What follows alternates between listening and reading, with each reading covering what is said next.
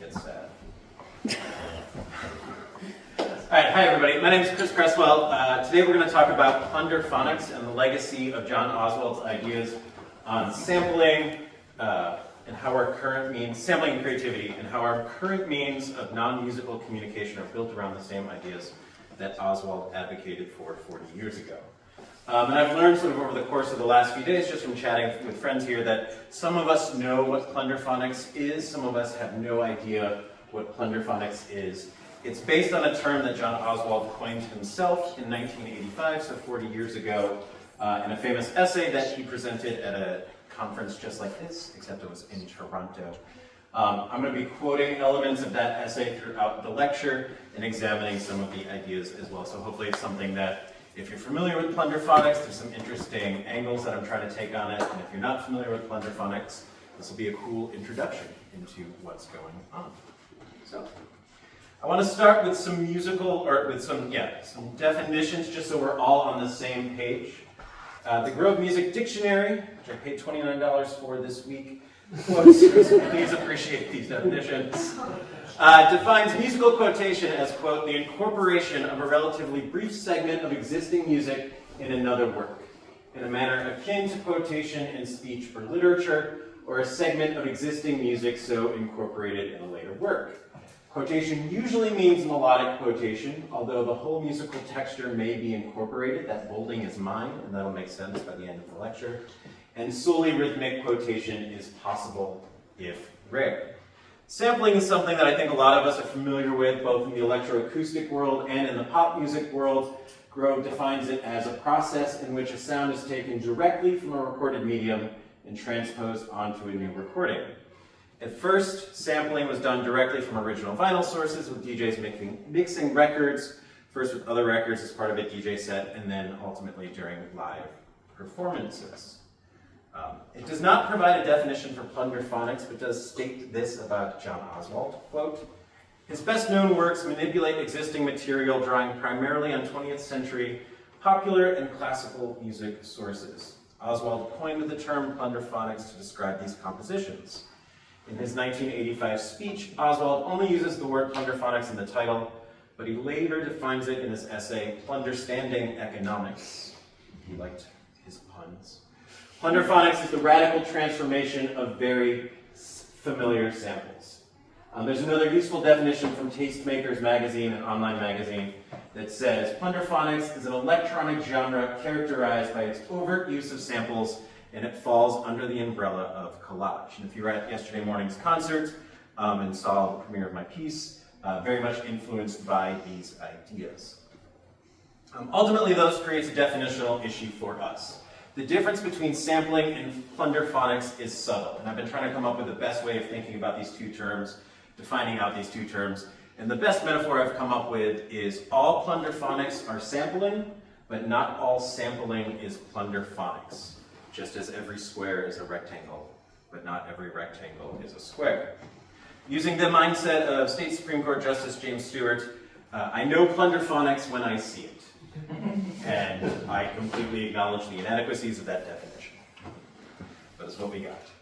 Having said that, both Plunderphonics and sampling are derivative musical practices that are direct descendants of the practice of musical quotation, which, returning to the Grove Dictionary, the practice of musical quotation began as a distinct from older forms of borrowing, and may have begun in medieval secular songs in tandem with the quotation of text. This idea of quotation in music is something that's very common in most musical practices that I'm familiar with, and yet when it comes to recorded medium, it presents a number of issues that we're going to get into. But ultimately, this gets into one of my reoccurring themes when I'm teaching my classes. All culture stems from other culture. All music stems from other music. I believe that there is really no form of originality, that we're all building off the ideas of others. And this is a result of my own beginning in my musical life as a folk singer, songwriter type person. One of my biggest heroes was and remains Bob Dylan, whose entire creative output can be summed up in the title of his 2001 album, Love and Theft. The title itself lifted from a 1993 book entitled Love and Theft. This idea in folk music of borrowing a melody, twisting a melody, borrowing a chord progression, twisting a chord progression, is folk music. It is singer-songwriter music. My earliest musical practice was as a singer-songwriter, and I taught myself guitar at the same time I taught myself how to write songs. One example that sticks out in my memory is I learned a song by the Scottish band Travis, if anyone remembers them. Nobody does. But they had a song where a G chord walks down to an E minor chord with an F sharp in the bass, and it tripped my little brain out, my little 14-year-old, 15-year-old brain. I don't remember what the capo position was, but there was a capo position. I took the capo off my guitar, I slowed the chord progression down, and I wrote my own song, which is basically time shifting and pitch shifting that we talk about in our world. Cool. Well, this lecture intends to look at the legacy of John Oswald's 1985 speech at the Wired Society Electro-Acoustic Conference in Toronto, entitled Plunderphonics, or Audio Piracy as Compositional Prerogative. We're actually going to begin a century earlier with the words of another composer, someone who is a tuba player I have a love-hate relationship with, and that's my guy, John Philip Sousa. Solid facial hair game, on the whole. Great hat. When I give lectures with my students, we rate the hats of medieval composers, and all of them included a hat slide in their presentations on various medieval composers. I don't know if they learned anything, but we had fun. In his 1906 essay, The Menace of Mechanical Music, originally published in Appleton's magazine, Sousa writes, "Sweeping across the country with the speed of a transient fashion in slang or Panama hats, political war cries or popular novels, comes now the mechanical device to sing for us or play for us a piano in substitute of human skill, intelligence, and soul. In this, the 20th century, come these talking and playing machines and offer again to reduce the expression of music to a mathematical system of megaphones, wheels, cogs, discs, cylinders, and all manner of revolving things, which are as like real art as the marble statue of Eve is like her beautiful, living, breathing daughters." Beautiful writer, insisted the tuba always played the downbeats, but we move on. He's talking about the invention of Edison's phonograph, and if you replace some of the dated language about the specific mechanics, it sounds like an argument that we've had against every technological innovation in music. And if you add in the ones and zeros that make up digital music, I think Sousa is right. The 20th century and now the early 21st century represents this massive aberration in how we all experience music. When I teach this essay in my music business class, because I'm that guy, I ask my students how many of them have been to a live concert recently. Now I know this room, every single hand would go up. But in a typical classroom, only a couple do. When I asked how many people have listened to recorded music recently, of course, nearly all the hands go up. And this is a massive shift in how we all experience music. When any of us, or specifically for the upcoming musical example I'm setting up, because Professor's gonna professor, when James Tenney thinks about Elvis Presley's rendition of Blue Suede Shoes, we're not imagining the melody or the chord progression, but rather a very specific performance that happened on January 30th, 1956, that was recorded and fixed in time forever. Sounds a little bit like this. But it's a one for the money, two for the show, three to get ready, now go, can't go, but don't you step on my blue suede shoe. Well, you can do anything but bend me over my blue suede shoe. Well, you can knock me down, step in my face, slander my name all over the place. We'll do anything that you want to do, but I'll honey lay on the little shoe and don't do. Pause there for now, with Elvis. If you want to make my grandma blush, talk to her about Elvis. It's really sweet and hearing.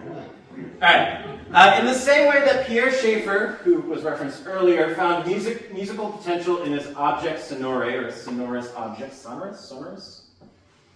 We're moving on. Which could be, for instance, a footstep heavy with associations. James Tenney took everyday music and allowed us to hear it differently. At the same time, all that was inherently Elvis radically influenced our perception of Jim's piece. So in the next example I'm about to play, all of this predates John Oswald. but we'll see James Tenney playing not with the melody of Elvis Presley singing Blue Suede Shoes, not with the rhythm, but with the textures and the sounds of the fixed recording, which an early precursor to this idea of plunderphonics.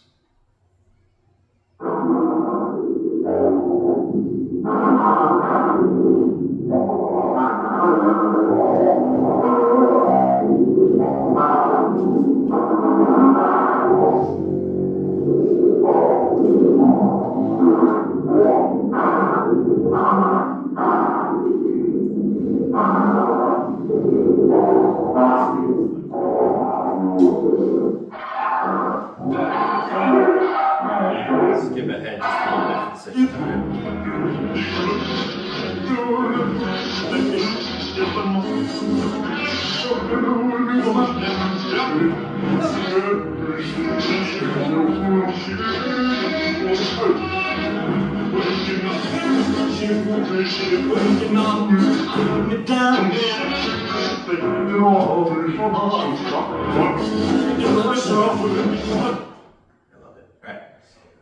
This starts to allow us to reimagine our relationship with recorded sound, which brings us to John Oswald's, oh, there's the pictures again.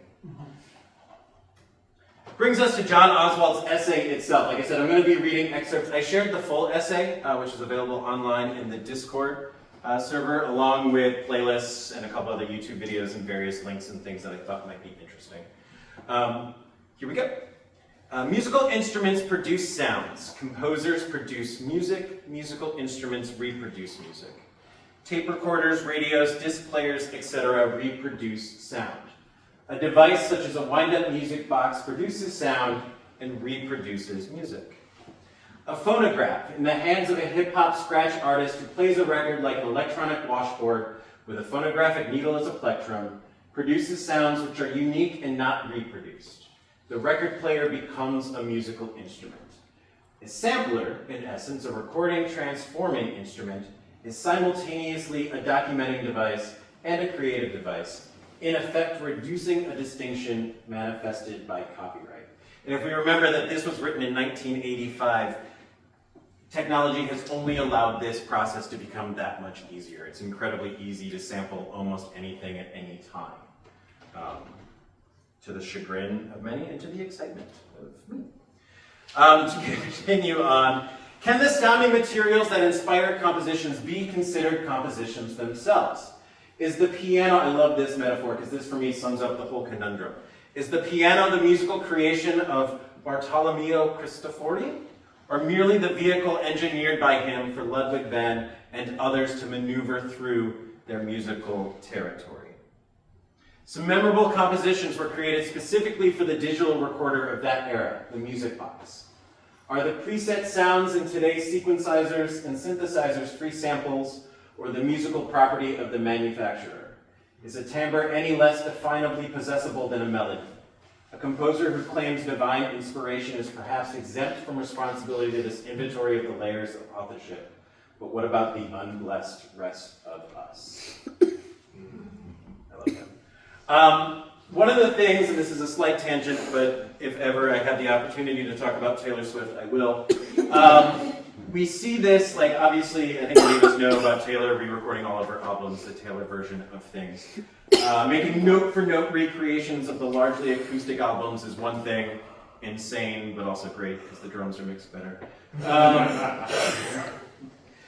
When it gets to the more synth-based albums, I'm really fascinated by like this re-recording process. If we think about the album 1989, which is largely driven by MIDI synths, like is she just copying and pasting the MIDI file into a new? Like I don't know.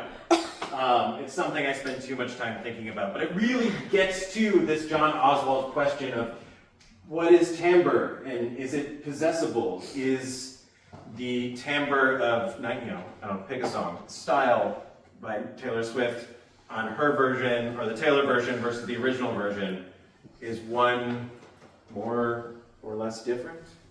These are some really interesting questions that, especially as experimental composers, we should dig into. I skipped ahead. So the equipment is available and everybody's doing it blatantly. This is back to John Oswald. Blatantly or otherwise. Melodic invention is nothing to lose sleep over, although I'm sure many of us in the room do. There's a certain amount of legal leeway for imitation. Now can we, like Charles Ives, borrow merrily and blatantly from all the music in the air? All popular music and folk music, by definition, essentially, if not legally, exists in the public domain. Listening to pop music isn't a matter of choice. Asked for or not, we're bombarded by it. Difficult to ignore, pointlessly redundant to imitate. How does one not become a passive recipient? And it's that last question that I want to transition on, because this idea of no longer allowing ourselves to be passive recipients of this material, but rather to engage with it as we would any other sound in our environment, that's something, obviously, that interests me a lot. I want to share just a little bit of John Oswald's music. This is from his album Lecture, which is his second album. It contains hundreds and hundreds of samples over the course of the full album. It's meant to be listened as a single unit. Obviously, we do not have the time for that, but I just want to play a quick clip.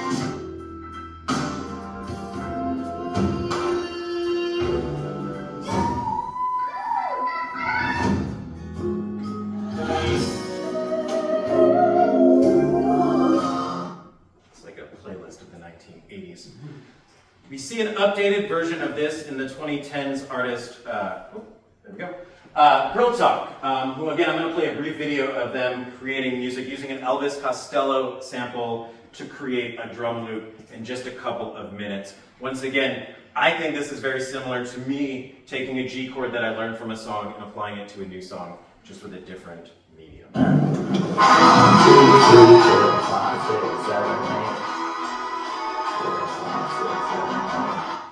And much like his girlfriend, my wife doesn't care, or explaining is really important. Paste that into a new window.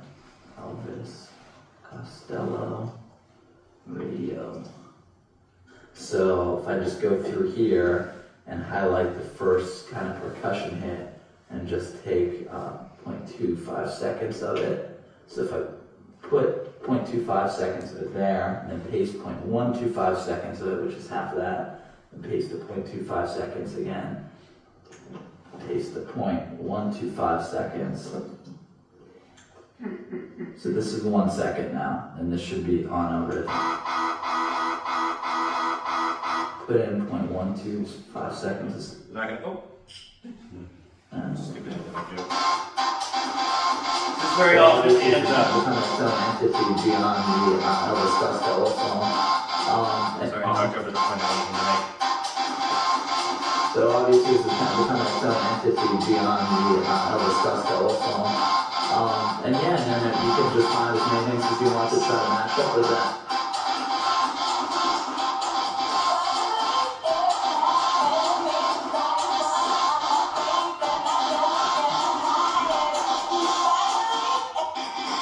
So that is the song that came from this. That is now.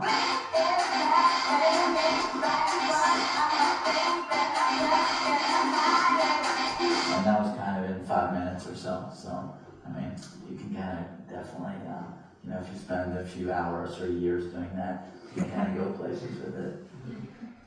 Yes. Cool. All right, so why use samples? Why use Plunderphonics? Creatively, I return to the thesis that this first half is based on. All culture is built on other culture. Or as Kevin Holm Hudson puts it in his essay Quotation in Context, the quotation of musical material, whether in Charles Ives' transformed citations or Oswald's intricately layered and truncated samples, mediates between old sources and new context. One is informed by the other. And when I think about this idea of mediating between old forces and new contexts, I think of the way that most of us, especially the millennials of us in this room, communicate. It is, Plunderphonics, I would argue, is the lingua franca of our internet age, the recontextualization or transformation of very simple, very familiar samples has another name in our world, and it's memes.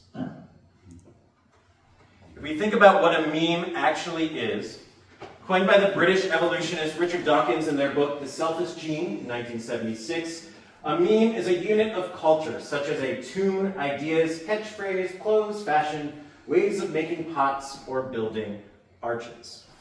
Continuing to quote, memes arise quite possibly by chance, but once they exist, they propagate themselves by copying or imitation, jumping from one meme user, generally a conscious human, but possibly also another vertebrate, such as a bird, it was meant to be in an evolutionary context there, to another.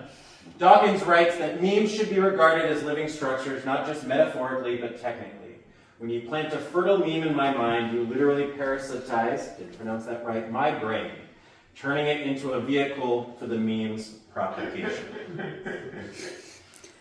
This to me is analogous to the opening statement, all culture derives from other culture. I didn't ask to engage with Britney Spears' Oops, I Did It Again, but for better and for worse, it is lodged in some part of my brain, and it is as ripe for artistic interpretation and reinterpretation as walking down the G chord to an E minor chord that I learned as a teenager.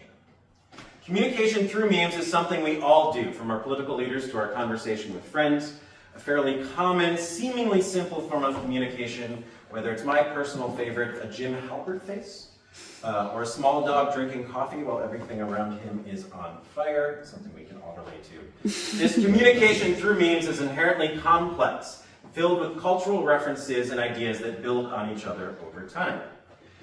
In his essay, Post-Authenticity and the Ironic Truth of Meme Culture, from a really wonderful collection of essays on memes called Seizing the Memes of Production. Wonderful title. These memes are predicated on recognition of common human similarities. That is how the meme functions, through reference to the original context. And the memes that have gone before, coupled with creative remixing to speak to a particular audience or time or moment. Each new instance of a meme thereby automatically becomes familiar and recognizable, which sounds a lot like quotation in music and something that we're trying to do, or at least I'm trying to do in art. And it doesn't sound that far off from another one of my favorite quotes by someone who probably would have loved memes, T.S. Eliot. What happens when a new work of art is created is something that happens simultaneously to all works of art which preceded it. The existing monuments form an ideal order among themselves, which is modified by the introduction of the new, or in this case, the really new work of art among them. The meme, John Oswald's Plunderphonics, the quote, newfangled, much talked about digital sound sampling devices, as Oswald puts it, allows us as music consumers to reclaim ownership of our oral landscape, to reshuffle the ideal order of our sonic environment, as T.S. Eliot would put it. We see now our final example. UK-based composer Ben Nobuto, a British-Japanese composer based in Kent, UK. His music explores themes of attention and fragmentation, drawing from internet culture and popular idioms in a playful, ironic, and surreal manner. In an interview with the web magazine Preludes, Nobuto shares, quote, didn't put that one up there, I will just read it. Postmodernism is how I think about everything. Mark Fisher, the writer, talks about this idea of broken time. How the future we anticipated in the 90s failed to come about in the way that people had hoped. So there's this frustrated temporality in the 21st century, this mix of nostalgia for lost decades, and this sense of constantly moving, but never really moving forward. Like something frozen mid-motion. Also, a lot of our experience of day-to-day life is fragmented, broken up into tiny chunks, and it's rare that we're actually doing one thing for a sustained time. I feel like that's the default mode of expression now. In a way, it's funny. I don't know why this kind of thing isn't seen more in art. And he's referencing Mark Fisher, the author of Capitalist Realism, Is There No Alternative? A really great book, especially for those who work in higher ed. It makes some things make sense. From which the phrase that some of us might be familiar with, it's easier to imagine the end of the world than it is to imagine the end of capitalism. That comes from Mark Fisher's book. He further elaborates on the societal underpinnings of our sense of frustrated temporality. Oh no, that was the right quote. I just got nervous. That's the quote up there. Here's the next quote. Work and life become inseparable. Capital follows you when you dream. Time ceases to be linear, becomes chaotic, broken down into punctiform divisions. As production and distribution are restructured, so are our nervous systems. And I like some of Mark Fisher's ideas. I like a lot of Ben Nabuto's ideas. This is something that I can very much relate to. It's something that I think Plunderphonics and sampling allows us to incorporate into our art in meaningful ways. And I want to share a little bit of Ben's piece, and then I'll wrap up, and we'll have time for a couple of questions. So this is a piece of his for string quartet and electronics entitled Clickbait. Whole thing's worth checking out. I think I put this one in the Discord server as well, so you can check it out. He also just had a really great interview with David Bruce, the YouTube guy. That's worth checking out.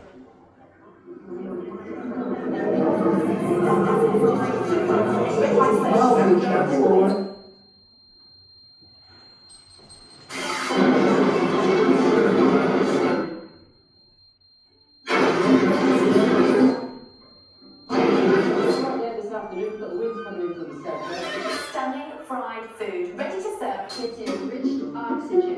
340 Into the skin. $9.95.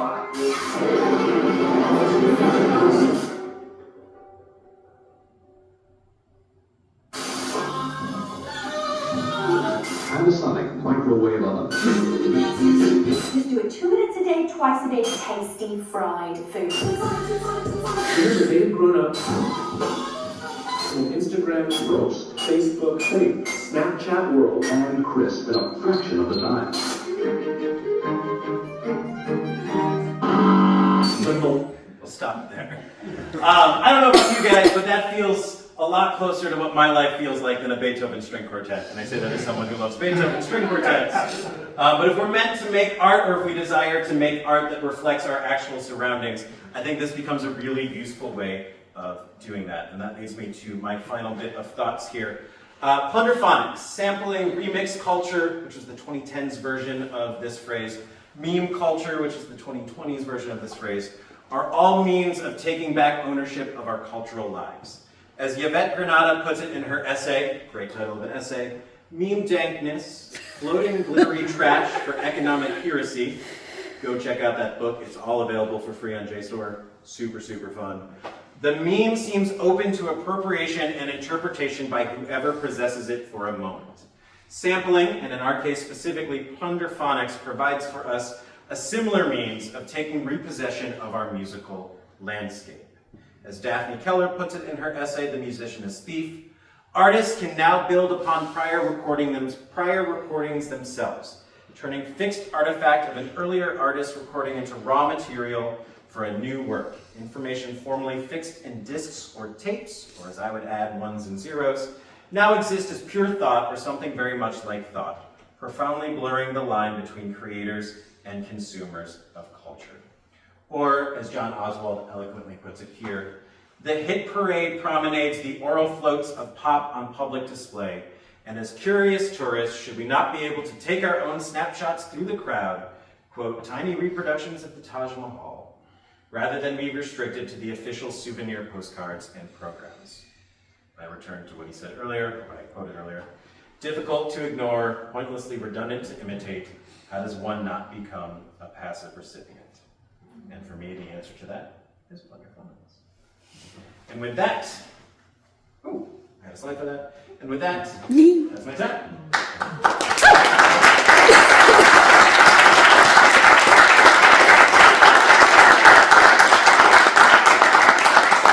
You can find me on Instagram for now. We'll see. But also Blue Sky at Griswold Music. I mentioned this before. I host a radio show. Curious Ear. Love to hear your music.